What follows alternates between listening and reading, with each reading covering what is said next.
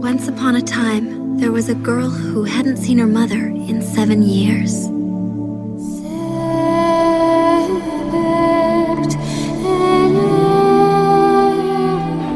In the woods, on her way to her mother, she met a wolf. The wolf asked her whether she'd be taking the path of pins or the path of needles. When the girl said that she was going to take the path of pins, the wolf hurried off down the path of needles and ate up the little girl's mother. Jin Roh, the Wolf Brigade. Welcome to Fanboy and the Snob. I'm Chad. I'm Chris. And today we're continuing Anime Month. Yeah, you know, the unannounced anime month. It's been announced plenty now. Yeah. What movie are we talking about today? Jin Roh, the Wolf Brigade, from a Japanese film from 1999. No, because there's American anime. Cartoons? No. Japanime? No. American anime? Samurai Jack is American anime. American anime? American anime. American anime? So, Chad, what'd you think of this movie, seeing as you had never seen it before until I showed it to you? Yet again, another movie that I recommended that turned out to be amazing. Are we starting to notice a pattern? Are we? Watch Overlord. No, this movie was cool. It was a lot different than I thought it was going to be. I thought it was going to be like just straight action by the way they put the trailer out. Well, I mean, the trailer just shows you like the best parts, Yeah. action-wise.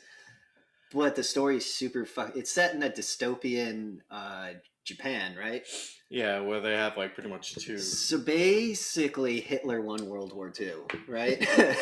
The unofficial, official Yeah. thing of that. And fascism is kind of like the way of the world. But there's also these like violent communists just having fucking riots in the streets all the time.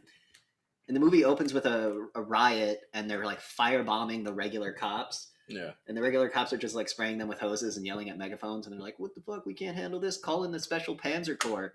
And then like the coolest like mech suit Nazis you've ever seen show up, and they just have like fucking belt-fed machine guns that they can just walk and shoot with, and they just start murdering protesters or rioters.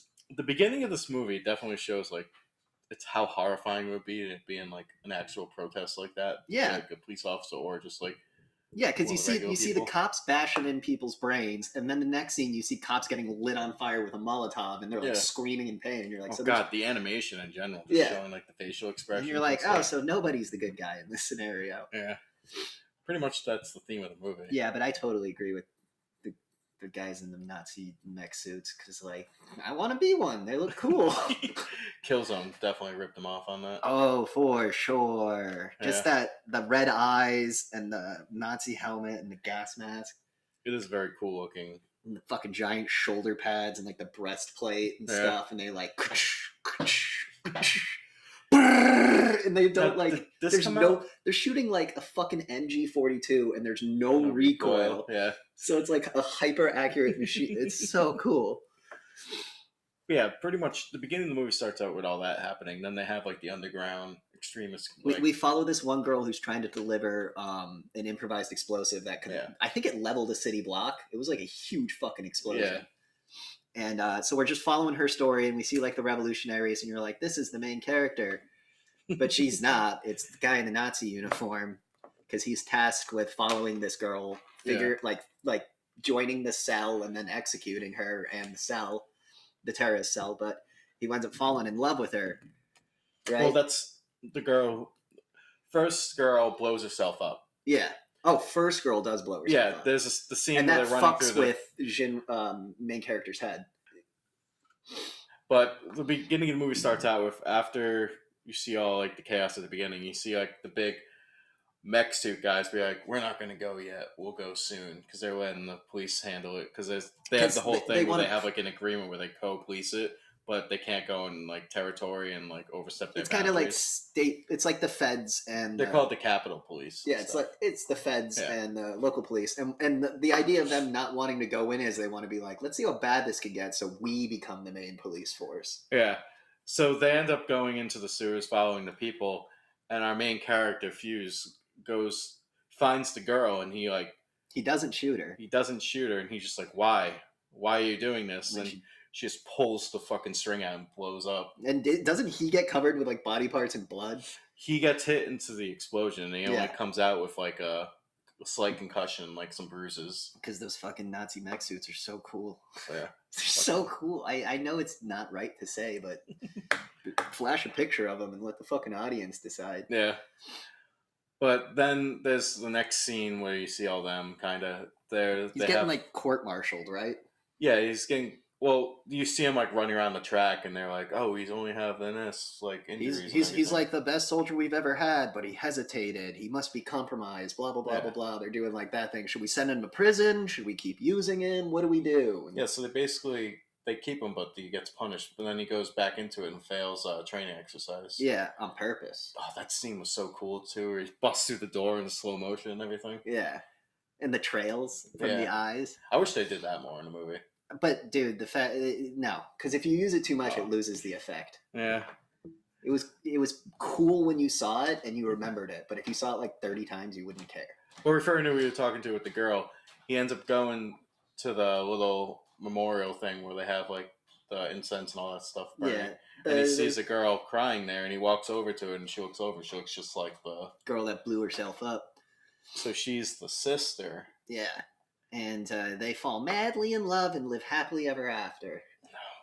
They fall in love. Well, the girl ends up actually falling in love when she was supposed to pretend fall in love. Yeah, the girl... So the terrorist cell figured out he was a part of the Panzer Corps, and they wanted to flip him so they could use his mech suit and machine gun to fight the other Panzer Corps guys. Mm. And he wants to...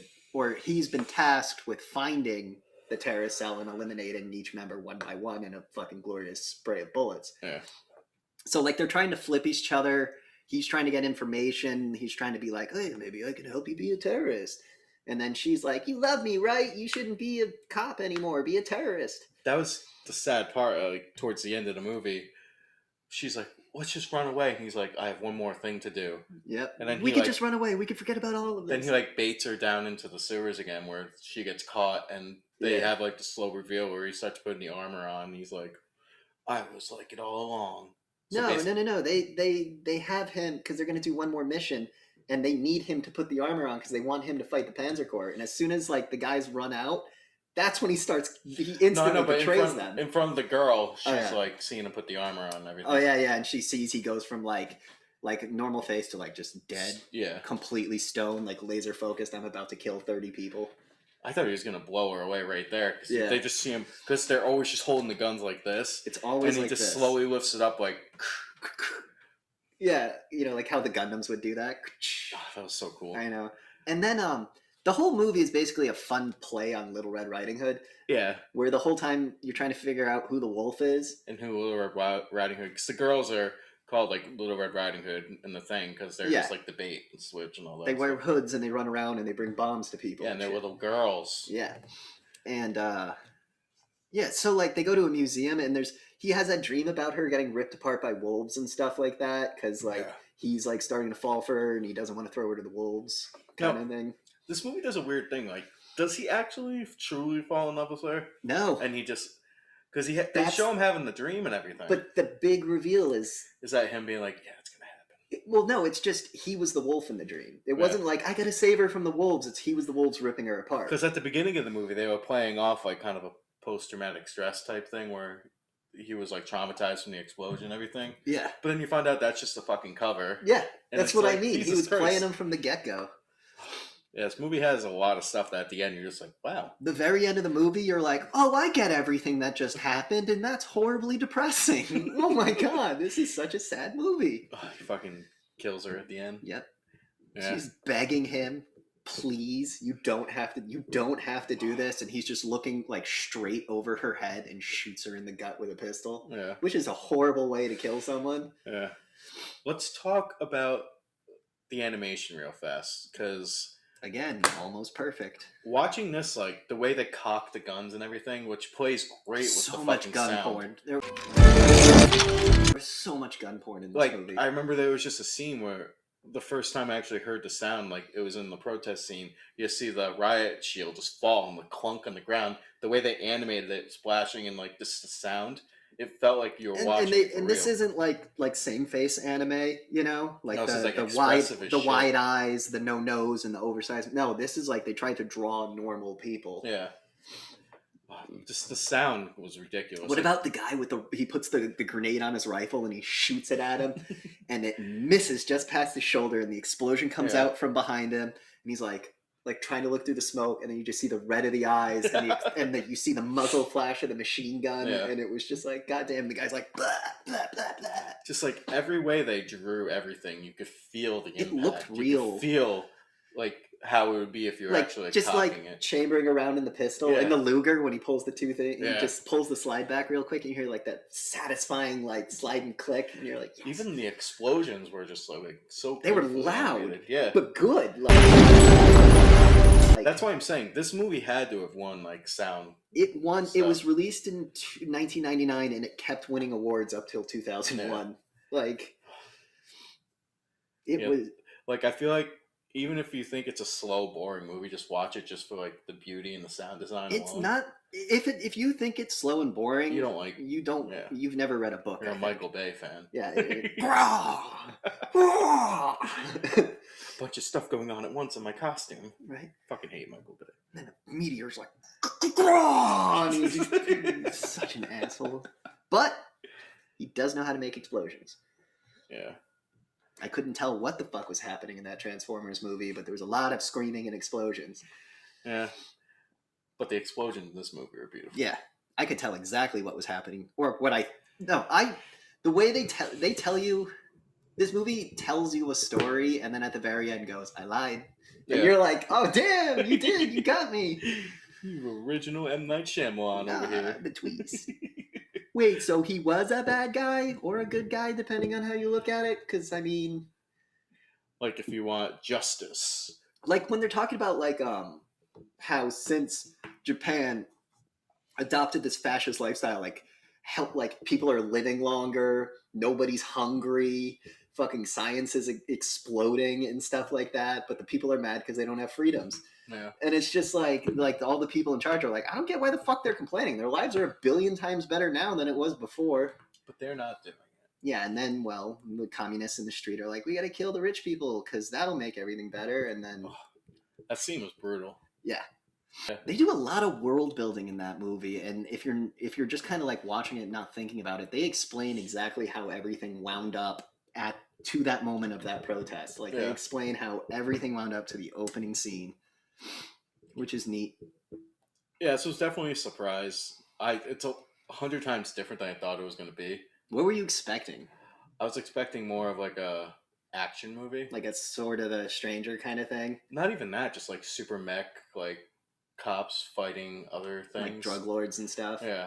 Not a weird character piece. A 1984 dystopian future with fucking depression and murder and betrayal. One of the negatives I will say, they definitely shoved that Red Riding Hood thing. Oh, that whole fucking museum thing where they're standing in front of the taxidermied wolves and they're like, have you ever read this book? And you're like, it's like the original version of Red Riding Hood. See, the huntsman. Then at the end you see it in the water after. Yeah, the whole time you're trying to figure out who's the wolf, who's Red Riding Hood, and who's the huntsman that saves her. And then it turns out there is no huntsman and they're both wolves. Yeah. And you're just like, oh, that's sad. That's sad. I wanted them to run off to the sunset. I love that fucking turn though, when he was just like putting the armor on and stuff. That one guy who like gets shot but escapes, and he's like in the sewer and he decides to like try and slide down that thing, but he fucks it up, and I was like, dude, you're not having a good day. Dude, talk about how brutally like realistic the guns are too. Like they're shooting the chain gun, so it's just going up. And they go to the guy, and you see the bullets go ripping them apart and everything. They do, like, you know, like in 80s movies, how they do, like, the impact of the bullet and shit like that. But it's not so bad in the 50s where it's like, whoa, and they throw themselves. You know, it was actually like, and then they'd collapse and cough up blood and die. This movie did that times 100. It was great. Yeah, it was super good. Yeah. Overall, I would definitely recommend this movie. Absolutely. I'd give this probably like a 9.25 out of 10. It's definitely one of the higher rated movies I've seen. It's probably like a 9. Yeah. Just fucking fun, interesting concept. Yeah, it's fucking beautiful to watch. And it's pretty as fuck. I keep looking at the fucking stills right there, and I'm like, oh. Ooh. And I like the way everything's like gray. It's really like that's not. I was watching the beginning. I'm like, all right, this is a night scene. It's gonna be dark like this, and I was expecting it to lighten up a little. And I'm like, no, this movie's just fucking like, dark. Because you know how they show like Japan, it's always like neon lights and stuff. Like they're like, nah, this Japan is just gray and sad. What's fascism? You don't have anything fun.